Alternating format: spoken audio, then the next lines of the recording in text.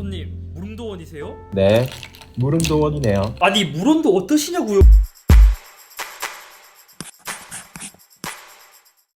안녕하세요, 이쌤입니다. 여러가지 의미로 굉장히 핫했던 새로운 스마트폰이죠. 오늘은 갤럭시 Z 폴드 3에 대해 살펴보려고 합니다. 이번 언팩은 진짜 역대급이긴 했어요. 그동안 출시된 갤럭시 중에서 언팩 한 달 전부터 모든 정보가 공개되어버리는 갤럭시 역사상 가장 많이 유출이 되었던 언팩이 아닐까 싶습니다. 그런 말도 있었죠. 언팩을 한 달 전부터 시작해서 이제 그날에 끝난다. 폴드2와 폴드3 얼핏 보기에 레이아웃은 둘 다 큰 차이점이 없다고 봐도 무방해요. 오히려 플립1에서 플립2로 넘어갔을 때보다 거의 차이가 없는 것 같은 느낌이랄까요. 그나마 카메라의 디자인이 요즘 갤럭시의 트렌드와 달리 많이 달라졌습니다. 루머도 그렇지만 저는 지금도 최근 갤럭시 카메라 디자인 중 가장 마음에 들더라고요. 자세히 보면 툭툭티로 되어 있는 게 마치 그 아이폰 같기도 하지만 그래도 제일 마음에 들었습니다. 폴드2는 노트 20의 룩을 따라가기 때문에 뭔가 뭐랄까 여기 위에 작은 지우개가 올려져 있는 듯한 느낌이지만 폴드3는 되게 깔끔하죠. 이거 나만 이렇게 취향인가요? 아무튼 요것을 제외한다면 사실 폴드2와 폴드3를 비교했을 때 어느 게 폴드2인지 어느 게 폴드3인지 알아차리기에는 기덕이 아니면 쉽지 않죠. 하지만 실제로 사용해봤을 때 세세하게 굉장히 많은 부분들이 변화되었습니다. 예를 들어 폴드2 당시에는 옆면에 헤어라인 처리가 들어갔기 때문에 아저씨 같은 느낌이 났다면 폴드3에서는 헤어라인이 모두 빠지고 무광으로 변하면서 좀 더 젊어진 디자인에 가깝게 변했습니다. 분명 이때도 괜찮다고 했는데 헤어라인 들어간 게 지금 보니까 약간 아재폰 같은 느낌이 드는데요. 색상은 블랙, 실버, 그린으로 출시했고 솔직히 저는 이게 정책이 조금 이상하다고 생각했어요. 왜냐면 256GB와 512GB 두 가지 모델로 출시하는데 512GB 모델에는 그린 컬러가 빠졌습니다. 심지어 이 512GB는 초반에만 팔고 추후에는 판매 예정이 없다 하더라고요. 컬러 자체로만 보자면 세 가지 모두 잘 빠졌습니다. 특히 실버를 좋아하시는 분들이 꽤 많더라고요. 모두 무광인 것은 동일하지만 실버만 예전 노트 10의 그 아우라 글로우 그 CD판을 보는 것처럼 빛에 따라 색이 바뀌는 게 굉장히 예뻤습니다. 하지만 쓰면 쓸수록 보면 볼수록 저는 가장 애매한 색이 그린이라고 생각되었습니다. 왜냐고요? 워치나 플립에서는 그나마 그린이 괜찮다고 생각했었는데 폴드에서는 좀 더 진한 딥한 그린이 들어갔기 때문에 대각선으로 봤을 때는 빛이 별로 없기 때문에 거의 블랙처럼 보일 거예요. 하지만 빛이 좀 강한 곳에 간다면 그나마 블랙과 그린의 차이가 확실해 보였지만 빛이 없는 상황에서는 그린과 블랙의 차이가 크게 나지 않았습니다. 특이했던 점은 폴드2와 다르게 폴드3는 자석이 가까이 가면 내부 화면이 켜지는 경우가 있었습니다. 그래서 추가로 테스트를 해보니 자석의 형태도 좀 달라졌긴 한데 이게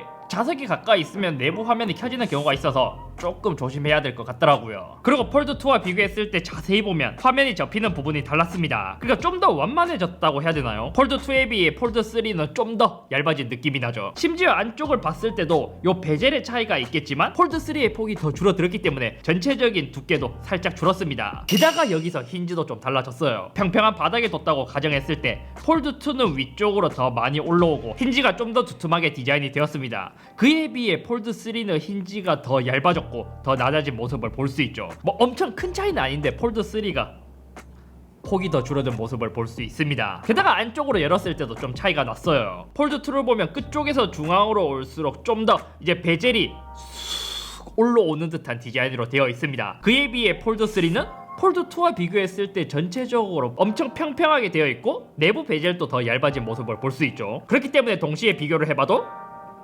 폴드3가 더 얇아진 모습을 볼 수 있습니다. 베젤의 턱도 줄어들었기 때문에 폴드3는 끝쪽에서 만졌을 때의 느낌도 굉장히 좋더라고요. 그에 비해 폴드2는 좀 뚱뚱해서 턱이 있다는 느낌이 확실히 강해요. 하지만 여기서도 아쉬운 점은 있었어요. 전체적으로 폴드3가 훨씬 더 얇고 낮게 디자인이 되었다는 것은 이제 알았는데 정면에서 보자면 사실 베젤 자체는 폴드2가 더 얇아 보이는 듯한 느낌이 들더라고요. 이게 왜 이런지 한번 생각을 해봤거든요.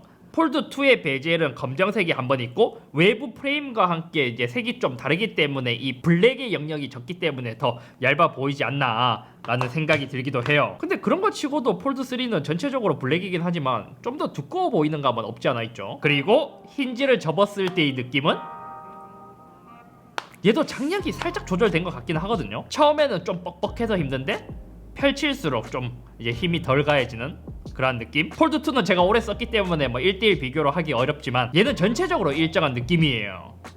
나머지는 기존과 거의 유사했습니다. 유심 슬롯의 위치가 루머에서 이야기한 것처럼 상단으로 변경되었고 SD카드는 여전히 지원하지 않습니다. 하단 스피커와 C타입과 마이크는 동일하게 되어 있고 옆면을 보면 여기서 디자인 차이가 조금 있기는 해요. 그동안 갤럭시의 디자인이 보통 어땠냐? 아마 S21 전까지는 볼륨이나 잠금 버튼 쪽만 파고 나머지는 모두 후면에 유리가 덮는 디자인으로 되어 있습니다. 하지만 이번 폴드 3부터는 그러한 디자인을 하지 않고 그냥 평평해진 깔끔한 디자인을 추구하고 있죠. 상단에는 그나마 조금 달라요. 폴드 3는 구멍이 2개 더 추가되었거든요. 제가 알기로는 이것은 중간에 있는 것은 마이크, 양옆 끝쪽에 있는 것은 방수를 위한 벤트홀로 알고 있습니다. 그리고 무게 자체도 약 10g 정도 줄었는데 확실히 체감은 되거든요. 무게가 준 것도 있지만 힌지에 대한 변화, 두께 변화, 그리고 여러 가지가 복합적으로 개선이 되면서 이 모든 것이 종합돼서 개선이 되었기 때문에 은근 체감 무게가 좀 개선되지 않았나 라는 생각이 들었습니다. 하지만 우리가 여기서 알고 가야 될 것은 이 자체의 무게도 꽤 무겁기 때문에 예를 들다가 일반 스마트폰을 그냥 딱 들어보잖아요. 오히려 플립이 깃털 같은데요. 폴드 3의 무게가 많이 개선되었긴 하지만 그래도 여전히 일반 스마트폰에 비해서는 굉장히 무거운 무게입니다. 다음은 디스플레이입니다. 확실히 체감되었던 부분이 화질이 상당히 개선되었더라고요. 메인 디스플레이부터 화질의 차이가 크게 개선됨을 체감할 수 있었거든요. 같은 영상을 재생해보더라도 폴드2에 비해 색감이 더 좋고 밝기도 크게 증가했음을 체감할 수 있었습니다. 이건 아마 막눈이라도 두 대를 동시에 놓고 본다면 그게 체감하실 수 있을 거예요. 특히 폴드2에 비해 상당히 좋아졌다고 체감되었던 이유 중 하나는 보호 필름이 개선되었기 때문입니다. 폴드2에서는 이전에도 언급한 것처럼 지문 방지 같은 좀 종이 질감 필름처럼 약간 자글자글한 필름이었기 때문에 뭔가 모르게 화질이 떨어져 보이는 듯한 느낌이 있었습니다. 하지만 이번 폴드3에서는 보호 필름이 클리어 타입으로 변경되어서 보여지는 깨끗함 정도의 차이가 굉장히 크게 다가오실 거예요. 일반적으로 OLED는 빛 반사를 최대한 억제시키기 위해 특정 방향의 빛만 통과시키고 나머지는 걸러내는 우리 해체쇼에서도 봤다시피 평광 필름이 들어가게 됩니다. 하지만 폴드3에서는 이를 제거한 새로운 COE라는 기술이 들어가면서 이 평광 필름을 제거했고 그 덕분에 소비 전력이 20% 더 낮아지고 밝기도 훨씬 더 증가했습니다. 보호 필름과 여러가지 복합적으로 개선되면서 폴드2에 비해서 화질이 엄청 많이 개선되었다고 느끼실 거예요. 그래서 이제 카메라 왼쪽을 자세히 보면 약간 조도 센서가 좀 잘 보였습니다. 그리고 메인 디스플레이는 원래 120Hz를 지원했고 이제는 커버 디스플레이도 120Hz를 지원하기 시작했습니다. 주름의 차이는 폴드2와 크게 차이가 나진 않고 한 가지 단점이라면 얘를 사용하면서 아쉬웠던 가로의 길이가 조금 더 넓어지면 키보드를 타이핑하기에 더 좋을 것 같았는데 그러한 부분에서 개선이 되지 않는 것은 좀 아쉽습니다. 그리고 S펜에 대한 이야기, 이번에는 기본 구성품으로 S펜을 주지 않다 보니까 지금 살펴보기에는 조금 어렵고 제가 두 가지 모두 주문을 해놨으니까 그것은 다시 도착하면 한번 보여드리도록 하겠습니다. 하지만 간단히 여기서 조금 보여드리자면 얘가 S21 울트라를 구입하면 주는 S펜이에요. 여기서 S펜을 찍잖아요. 그러면 갤럭시 폴드용으로 제작된 S펜만 사용하라는 문구가 뜨면서 이 S펜은 사용할 수 없습니다. 근데 감지하는 거는 좀 신기하기도 하죠. 다음은 UDC에 관한 이야기입니다. 이 UDC가 뭐냐? 언더 디스플레이 카메라의 약자입니다. 삼성 디스플레이에서는 UPC라 하기도 하고 하지만 삼성전자에서는 이번에 UDC라는 명칭을 사용했습니다.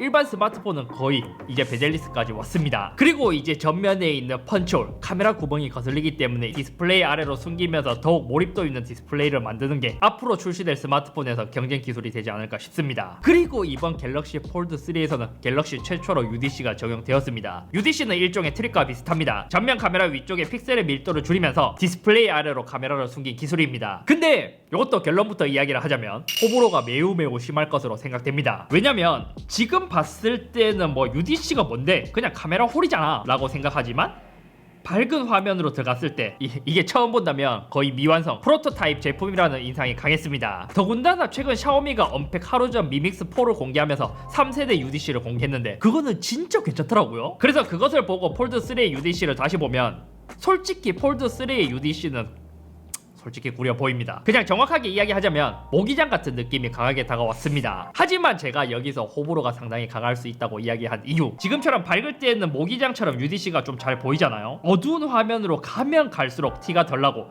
밝은 화면으로 갈수록 좀 잘 보이는 형태로 되어 있습니다. 제가 써보니까 일반적인 상황, 그러니까 인터넷을 하거나 카톡을 하거나 이러한 상황에서는 UDC가 상당히 좀 거슬리는 편이었고 오히려 영상이나 게임을 할 때는 UDC가 있는 게 펀치홀이 있는 것보다 더 좋더라고요. 게다가 폴드 3를 처음에 봤을 때는 와 이거 모기장 같은데 프로토타입 아니야? 라고 생각을 했었는데 다시 여기서 폴드 2와 같이 놓고 비교를 해보니까 이렇게 보니까 폴드 3에 UDC 적용된 게 더 낫다라는 생각이 들었습니다. 게다가 이렇게 이제 거슬려 하시는 분들을 위해서 요거를 이게 정식으로 지원되는 기능은 아닌데 아마 이제 핸드폰에서 이제 빌드 번호로 연타하면 개발자 옵션이 켜지고 디스플레이 컷아웃 시뮬레이션이라고 있는데 요것을 펀치홀 컷아웃으로 하면 오! 와! 이렇게 하니까 덜 거슬리는데요? 자세히 보면 티가 나긴 한데 진짜 펀치홀처럼 좀 깔끔해졌는데요? 이렇게 보면 어떤 게 폴드 3인지 모를 정도로 이 기능 괜찮은데요? 다음은 개선된 소프트웨어입니다. 앞으로 갤럭시 Z 폴드의 성공은 소프트웨어가 중요하지 않을까 싶어요. 왜냐면 안드로이드 특성상 화면이 큰 태블릿은 버려버렸거든요. 그렇기 때문에 안드로이드 태블릿이 항상 이야기하는 것도 화면 큰 안드로이드 폰이라는 이야기가 있죠. 그렇기 때문에 이번 삼성에서 소프트웨어, 특히 멀티태스킹의 강화를 좀 많이 했습니다. 화면 레이아웃 및 크기가 있고 여기서 기존에는 표준 보기였지만 이번에 멀티뷰로 나오면서 아이패드처럼 화면을 분할해서 더 큰 화면을 제대로 쓸 수 있는 모드가 추가되었습니다. 사실 저는 이 설정에서 이게 추가될 것이라고 생각은 못했어요. 왜냐면 삼성의 설정은 좀 특이한 방식으로 구성되어 있기 때문입니다. 원래 갤럭시 테마 같은 것도 여기 들어와 있는데 사실 이 테마가 새로운 앱을 띄우는 방식이에요. 그래서 이게 좀 꼬여있기 때문에 해결하기 쉽지 않았을 거라는 생각이 들었는데 이번에는 그냥 왼쪽에 설정을 두고 오른쪽에 새로운 앱을 띄우는 방식으로 이런 식으로 개선을 했습니다. 이렇게만 비교해봐도 폴드2는 오른쪽을 거의 버리다시피 하는데 폴드3처럼 바뀌면서 큰 화면을 제대로 활용하고 있는 모습을 볼 수 있죠. 게다가 폴드는 3분의 1이니까요 했던 게 폴드에서 기본의 광고가 빠졌습니다. 이거지.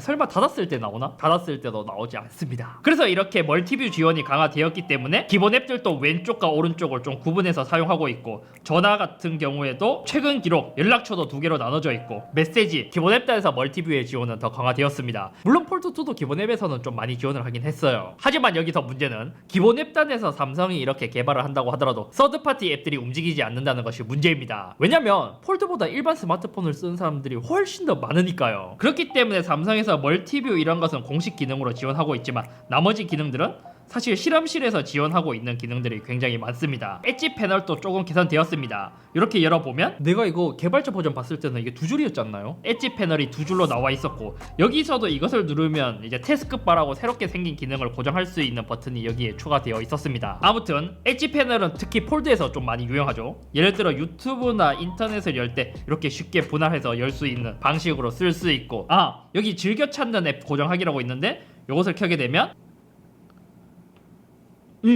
여기 태스크바를 열 수 있는 고정 오른쪽에 태스크바가 새롭게 나오면서 이렇게 고정을 할 수 있습니다. 그럼 앱 간의 전환을 이렇게 빠르게 할 수 있는 것이죠. 하지만 저는 이렇게 좀 지저분한 것을 싫어하기 때문에 이것은 끄고 넓게 사용하는 게 더 좋았어요. 그리고 이제 실험실에 있는 기능을 몇 가지 보자면 모든 앱에서 멀티 윈도우 지원 이것도 굴락에 있었던 것 같은데 실험실로 이제 들어왔고 앱 자동 회전 예를 들어 페이스북이나 인스타는 이제 회전 전환이 안 되는데 그런 것을 강제로 전환해주거나 그리고 앱에 대한 비율도 이것도 페이스북이나 인스타도 비율을 내 마음대로 설정해줄 수 있게 할 수 있고 그리고 제가 진짜 좋아했던 기능이 있습니다. 예를 들어 인터넷을 하고 있다가 내가 이 페이지는 그대로 두고 이것만 새롭게 팝업으로 보고 싶다. 근데 이것을 동시에 두 개 보고 싶다. 그럴 때는 이거를 드래그해서 끝쪽으로 밀면 이렇게 자동으로 분할되는 기능이 실제로 엄청 편리했습니다. 특히 이거는 쇼핑할 때 좀 편하죠. 그러니까 두 가지의 제품을 동시에 띄워놓고 볼 때 그냥 이런 것도 이렇게 끌어서 끝에 밀면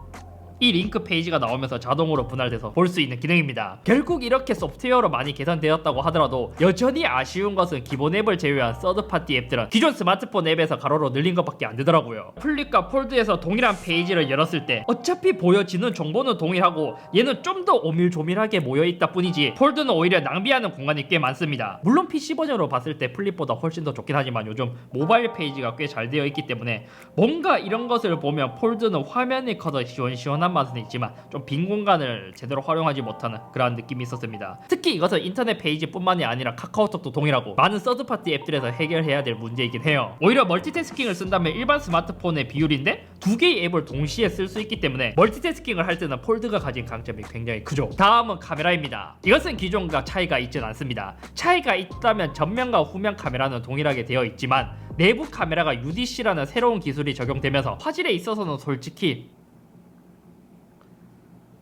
이게 UDC 카메라, 요게 전면 카메라, 여기 끝쪽에 보면 이제 보이는 차이가 확실히 남을 알 수 있죠. 그렇다고 해서 완전 못 쓰겠다 정도는 아니고 영상 통화 용도로는 꽤 괜찮게 사용할 수 있지 않을까 싶습니다. 대신 카메라 유리를 골라 글렉스 DX를 쓰면서 강도를 더 높였다고 합니다. 그리고 UDC 카메라를 제외한 나머지 카메라는 진짜 스펙이 폴드2와 완전 동일하게 적용이 되었습니다. 폴드2도 그 당시에 출시된 스마트폰에 비해서는 카메라 화질이 좋지 못했거든요. 이게 개발자 입장에서 보자면 무게와 두께는 계속 줄여야 되는데 울트라와 같은 카메라를 쓰기에도 훨씬 두꺼워져서 안 되고, 소비자의 입장에서는 비싸고 S보다 더 플래그십이라는 인식이 되는데 폴드2와 동일한 카메라를 탑재되었다는 것은 매우 단점인 부분이죠. 요즘 스마트폰 카메라들은 주광에서 어차피 좀 잘 나오기 때문에 여기서 더 이제 뭔가 사진이나 영상 찍는 것에 취미가 있다면, 그러니까 더 고퀄리티의 결과물을 얻고 싶다면 동시대의 스마트폰과 비교했을 때 아쉽다는 것이죠. 나머지 기능들은 동일한 것 같아요. 이렇게 플렉스 모드를 했을 때 사진을 찍으면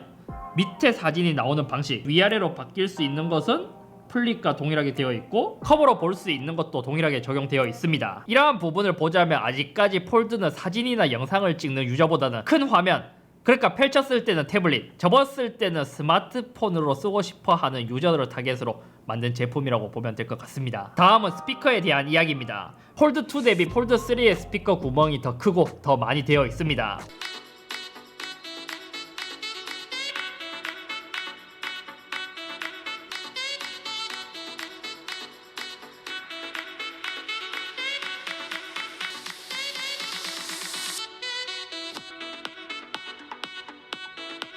나머지 스펙은 퀄컴의 스냅드래곤 888이 탑재되었습니다. 하지만 얘도 플립과 마찬가지로 지금 여기가 좀 뜨끈뜨끈하거든요. 들려오는 소식으로는 게임에 대한 성능이 좀 좋지 않다고 하는데, 이것도 제가 플립과 마찬가지로 한번 동시에 테스트를 해보도록 하고, 램이 12GB로 탑재된 것은 아주 좋습니다. 배터리는 4400mAh로 기존보다 100mAh가 줄었고, 충전은 25W, 무선은 10W로 충전할 수 있습니다. 방수는 제가 플립 리뷰에서도 이야기했던 것처럼 IPX8 등급이 동일하게 적용되어 있습니다. 그렇기 때문에 굳이 얘로 지금 테스트 안 해봐도 될 것 같죠? 하지만 이제 많은 분들이 좀 신박한 테스트를 댓글로 알려주신다면 그거는 한번 해볼 의향이 있기는 해요. 예를 들어 뭐 식기세척기 이런 데 넣어서 바지에 핸드폰 놓고 세탁기 돌리는 거요? 제가 써본 폴드3에 대한 경험, 솔직히 냉정하게 따져보자면 폴드2에 비해서 엄청 크게 개선이 되진 않았습니다. 다만 재밌었던 건 기존 1세대에서 2세대로 가면서 세세한 부분들이 개선되면서 사용성이 증가했고, 2세대에서 3세대로 오면서 또 세세한 부분들이 개선되면서 전체적인 만족감은 꽤 좋아졌습니다. 다시 생각해보면 1세대에 비해서 폴드3는 진짜 완성형에 가까운 폴더블 폰이죠. 결국 구분을 해보자면 지금 폴드2를 쓰고 있으셨던 분들이라면 폴드3로 갈아탔을 때 상당히 만족스러울 것이고, 안드로이드 폰에서 멀티태스킹을 엄청 잘 활용하시는 분들은 진짜 이번 폴드3는 만족감이 굉장히 클 것으로 생각됩니다. 하지만 내가 스마트폰을 사용하는 패턴을 분석해봤을 때 멀티태스킹을 잘 쓰지 않는다면 저는 추천드리고 싶진 않아요. 왜냐면 안드로이드라는 특성상 큰 화면을 제대로 활용하기에는 아직까지 어렵기 때문이죠. 게다가 무게도 무겁기 때문에 휴대성도 좀 떨어지고, 특히 한 손 컨트롤 하기가 조금 불편하기 때문에 특히 밤에 누워서 유튜브를 보거나 인터넷을 할 때 좀 부담감이 있어서 조금 추천하기에는 어렵지 않나 싶습니다. 아무튼 오늘은 여기까지이고, 앞으로 이제 또 사용을 했을 때의 느낌은 다를 수 있기 때문에 과연 한 달 정도 사용했을 때 첫 번째 경험과 비슷할지 아니면 좀 다른 부분이 있을지, 폴드2에 비해 폴드3가 가진 뭔가 이제 사용기에서 장단점들을 다시 살펴보도록 할게요. 아니 촬영할 때까지는 S펜 안 오고 촬영 끝나니까 S펜 구입한 거 같네?